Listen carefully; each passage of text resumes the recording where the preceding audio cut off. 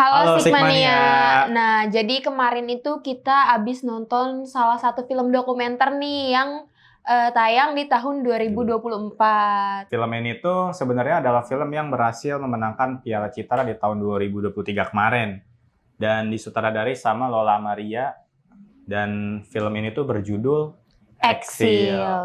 Nah, arti exil sendiri itu bisa diartikan kayak sebagai orang-orang yang terasingkan atau terpinggirkan nih. Nah, Exil itu adalah film dokumenter yang bisa dibilang dokumenter yang simple sih, bisa dilihat ya kalau misalnya secara shot dan angle dan lain sebagainya, dan bisa dibilang juga lebih banyak interviewnya gitu, walaupun beberapa kali kami bisa ngelihat beberapa hal yang emang bagus buat dilihat di mata kayak visual dan lain sebagainya kayak gitu. pemandangan-pemandangan, terus gimana sih suasana di negara-negara yang mereka kunjungi kayak Iya, gitu betul selain banget. dengan wawancaranya. Dan Lola Amaria itu Iya. sebagai sutradara dari film Exil dokumenter ini tuh, dia juga mengalami yang namanya ditolak sama yang harus diwawancarain sama Exil-Exilnya ini, karena si Exil ini tuh takut Iya, kalau misalnya merasa Lola Amaria itu takutnya dia tuh spy iya, gitu. spies. Karena si Exil-Exil ini tuh sebenarnya cukup memiliki pengalaman yang tidak mengenakan ya Iya. waktu di zaman mereka dulu, kayak mereka itu sering dimata-matai, makanya untuk melakukan interview dengan Exil-Exil tersebut tuh ada beberapa yang gagal karena Betul banget. ketakutan dari para Exil ini. Nah kan Exil ini tuh adalah film dokumenter. Nah film dokumenternya ini tuh mengangkat tentang para Exil nih, orang-orang yang terpinggirkan. Yang mana mereka itu adalah mahasiswa-mahasiswa yang dikirim sama Soekarno buat belajar di Eropa. Ada di Uni Soviet, ada di Sweden, ada di Cina, dan lain sebagainya. Iya. Dan ya mereka ini tuh nggak bisa balik ke Indonesia karena pada masa peristiwa di tahun 65, yaitu pembantaian jenderal, yaitu PKI waktu itu ya berkuasa.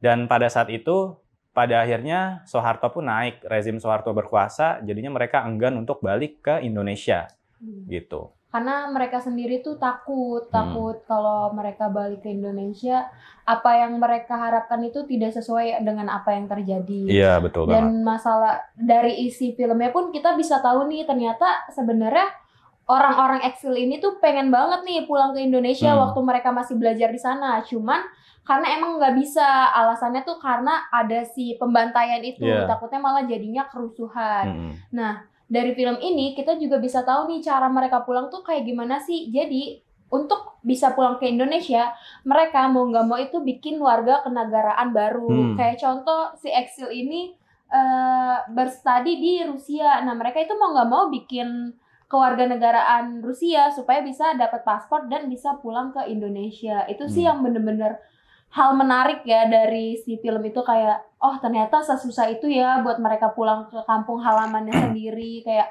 harus ngerubah kewarganegaraan yang sebenarnya mereka sendiri tuh nggak mau, kayak hatinya tuh masih Indonesia banget gitu. Nah secara kalau misalnya dilihat dari si film Exil ini tuh sebenarnya kita dilihat sudut pandang baru mengenai kejadian G30 SPKI itu. Iya, gitu. Yang mana dulu kita kan diceritain di sekolah tuh kayak gimana coba? Iya, kayak mungkin teman-teman Sigmania kayak pada entah itu nonton film PKI, entah itu baca sejarah ya, kan di sekolah kita selalu belajar tentang PKI gitu. Entah di film atau di buku-buku itu kebanyakan tuh menggambarkan kalau si PKI ini jahat.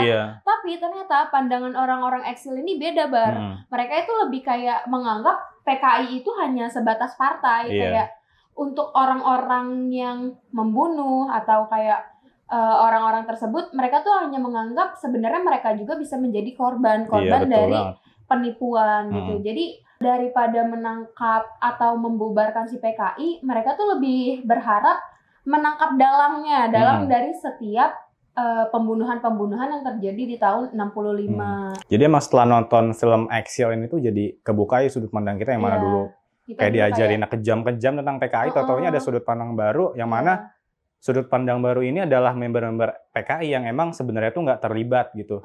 Dan malah kalau misalnya kita dilihat dari film dokumenter ini tuh dilihatin juga ada beberapa yang mungkin member dari PKI itu tuh ditumpas habis sama Soeharto pada saat itu gitu. Padahal kayak ya udah mereka hanya sebatas orang partai yang kayak terjadi saat ini aja, kayak banyak orang-orang yang masuk suatu partai hanya sebatas sebagai kayak ajang masuk untuk ke dalam sebuah politik gitu ya. Menurut orang-orang Exil ya PKI itu ya hanya sebatas itu, hanya sebatas partai kayak gitu sih. Dan juga tuh ada di film ini tuh dijelasin kalau misalnya si DN Aidit itu tuh ternyata hafal Al-Quran dan sampai tamat 3 kali. Itu masih SD atau SMP waktu itu dia kalau nggak waktu dia salah tamat belasan 3 tahun. Jadi itu juga kayak ngebuka pemikiran kita nggak sih, kayak kita tuh ngiranya PKI itu nggak punya agama komunis kayak gitu. Tapi ternyata pemimpinnya sendiri pun bisa ngaji dan udah hatam 3 kali waktu umur berapa Bar? Kalau nggak salah 15 tahunan sih itu. Pokoknya belasan tahunan gitu. Jadi kayak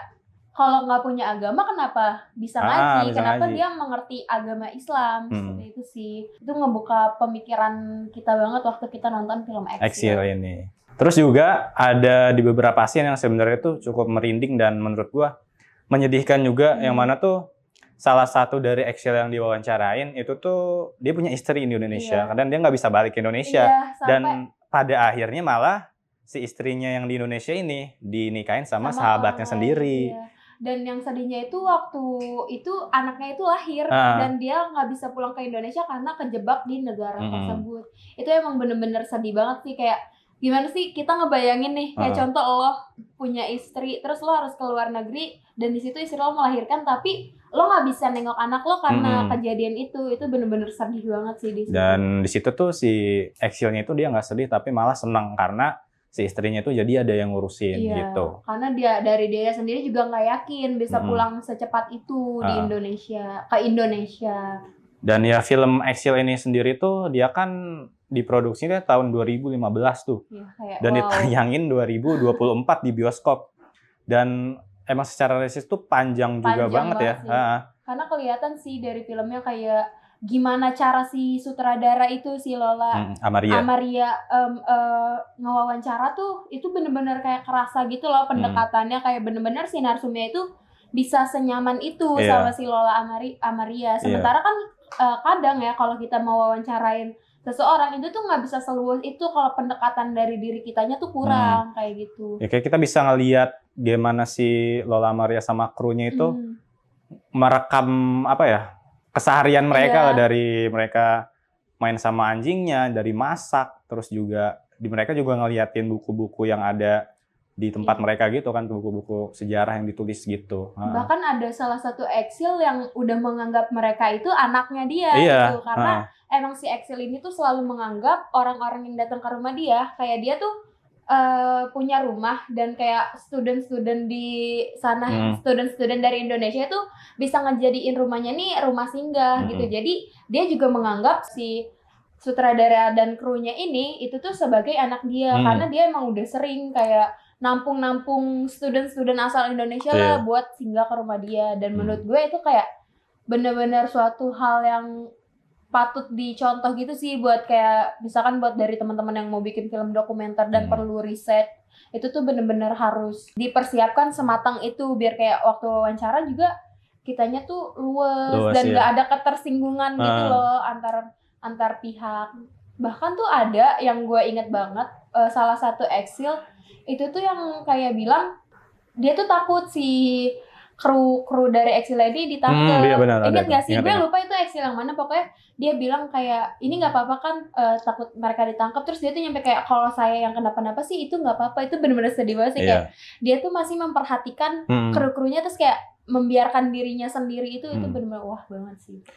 Oke, ngomong-ngomong tentang para Exil ini, di film ini tuh juga si salah satu Exil ngerasa bahwa kok saya ini malah disingkirkan gitu dari Indonesia, yang mana ya saya udah dikirim gitu loh sama Soekarno buat belajar, tapi pada akhirnya kita nggak bisa kembali ke Indo karena ya salah satu yang terjadi di kejadian itu di tahun 65, dan dia menganggap kalau misalnya saya nggak bisa pulang dan membawa kebanggaan saya di Indonesia, kenapa orang-orang di sana yang kayak polisi, tentara yang korupsi, kenapa itu nggak disingkirkan? Sebenarnya yang salah tuh siapa gitu. Di film itu ada dibahas tentang itu, dan itu cukup apa ya, ngena juga sih gitu.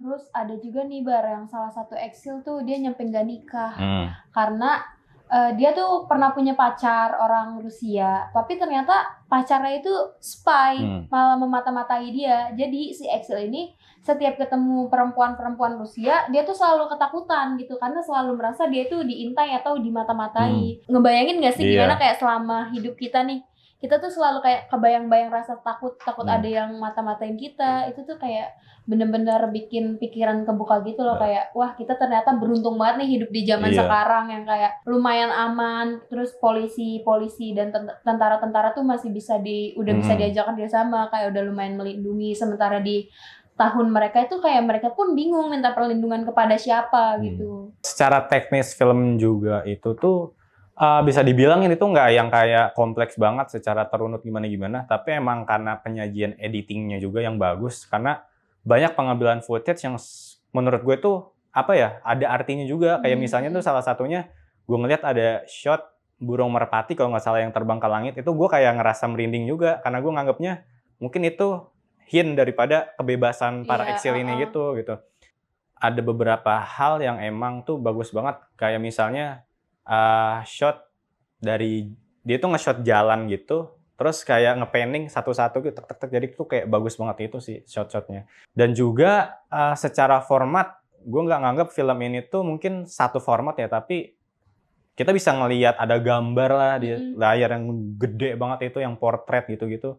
Karena mereka juga kayak menyajikan sejarah-sejarah sebelumnya, kayak di peristiwa 98 tuh gue lihat salah satu animasinya juga kayak yang mereka tuh menyajikan ilustrasi tentang kejadian itu, kayak mungkin mereka nggak nemu dokumenternya atau dokumentasi dari kejadian-kejadian itu, tapi mereka itu bener-bener ngebuat animasinya tuh bener-bener kerasa nyata banget gitu loh di film itu. Iya, jadi banyak banget sih emang apa ya, bisa dibilang tuh rahasia negara mungkin ya, kayak diungkapin sama si Axel ini. Iya. Terus kalau misalnya dari musik sendiri, mungkin ada beberapa penonton yang ngerasa ngantuk atau gimana, tapi kayak menurut gua film dokumenter yang kayak gini yang disajikan emang apa ya, bisa dibilang mungkin drama history atau bisa dibilang menyedihkan dan menegangkan juga, dengan suara yang kayak gitu menurut gua kayak menambah feel-nya aja gitu sih, secara pendukung feel-nya. Kan nggak mungkin kayak film history kayak gitu kita pakai musik yang fun atau yang cheerful itu. Tapi mereka pun masih ngebawa musik-musik kayak musik-musik Sumatera waktu itu setahu gue. Terus yang gue suka itu yang waktu scene dimana pokoknya mereka tuh kayak ada lagu gitu, dan ternyata lagu itu berasal dari pengamen di suatu negara itu yang mereka shoot. Kayak gue kira itu kayak lagu emang dari studio gitu kan, kayak mixing audio. Ternyata itu emang kayak lagu nyata yang mereka shoot dari pengamen di suatu negara, gue lupa itu negaranya apa. Itu menurut gue bagus banget sih dari editing gitunya. Oke, nextnya itu ada juga shot di interview, yang mana shot ini tuh dia nggak aneh sih, nggak dari kanan tengah kiri gitu, itu nggak cuma satu, cuman gitu. Di beberapa momen kalau misalnya si Axel ini ada suatu hal yang bikin dia emosional, itu dia close up kameranya, dan itu ekspresinya jadi dapet banget gitu. Dan itu menurut gua bagus sih secara penyajian dan apalagi ya. Dan dari cara dia wawancaranya juga masih kayak gimana si sutradaranya mewawancara si Axel ini tuh bener-bener dari pertanyaan yang nggak ada yang menyinggung, dan si Axel tuh jadi ngejawabnya juga enak. Mungkin karena penyampaian pertanyaan dari sutradaranya juga jelas gitu kali ya, dan apa yang mau ditanyakan tuh udah pasti gitu. Jadinya kayak sutradaranya itu nanya nggak kebanyakan kayak mikir kayak gitu-gitu, jadi bener-bener udah plok gitu loh poin-poinnya. Dan juga ada satu adegan satu lagi yang bener-bener bikin gue merinding, yang mana salah satu Axel itu yang mau diwawancarain, tapi pada akhirnya dia harus meninggal. Dan itu tuh ada penghormatannya, dan si para kru juga ikut di dalam penghormatan meninggalnya Pak si Axel, salah satu Axel itu. Dan di situ tuh gue ngerasa kayak pada saat di penghormatan itu tuh nggak disetel lagu rohani, tapi malah lagu Indonesia Pusaka kalau nggak salah.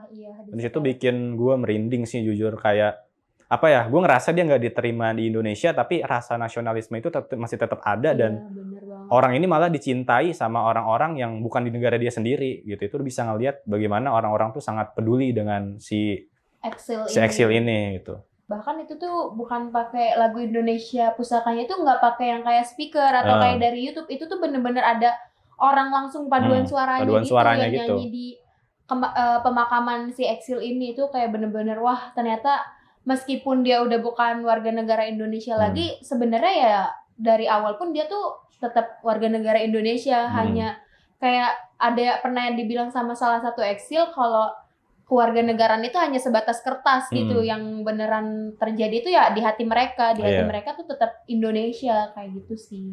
Oke, mungkin segitu aja kali ya review kita mengenai film Exile. Bagi teman-teman mungkin bisa nih ditunggu review-review kita tentang film-film lain, atau mungkin kalau ada rekomendasi film yang mau kita review itu boleh banget di request gitu. Ya, dan katanya di Sigma juga ada film dokumenter gak sih? Iya, itu kalau nggak salah namanya Derita Laut Ibu Kota. Ya mungkin sama teman-teman tuh bisa tonton, atau mungkin juga bisa nonton film-film Sigma yang lainnya. Ada web series juga di Sigma ada TV. Film pendek, pokoknya banyak banget film-film di Sigma TV. Oke, ya ntar dulu, jangan lupa nih kita kan bahas Exile. Nah, jangan lupa nonton Exile. Yang mana ini emang apa ya, jam tayangnya tuh jarang banget di bioskop-bioskop. Jadi kalau misalnya di satu bioskop tuh ada Exile, langsung tonton. Detik itu juga. Ini recommended banget soalnya. Biar sudut pandang kalian terbuka gitu. Bener-bener kalian menemukan hal sebaru itu gitu loh semenjak nonton Exile. Itu pokoknya bener-bener harus nonton banget. Gitu. Oke, paling segitu aja sih dari kita untuk review kali ini. Jangan lupa like, comment, and subscribe juga. Subscribe juga pastinya. Jangan lupa. Update-update terbaru nantinya. Oke, bye. Terima kasih. Bye.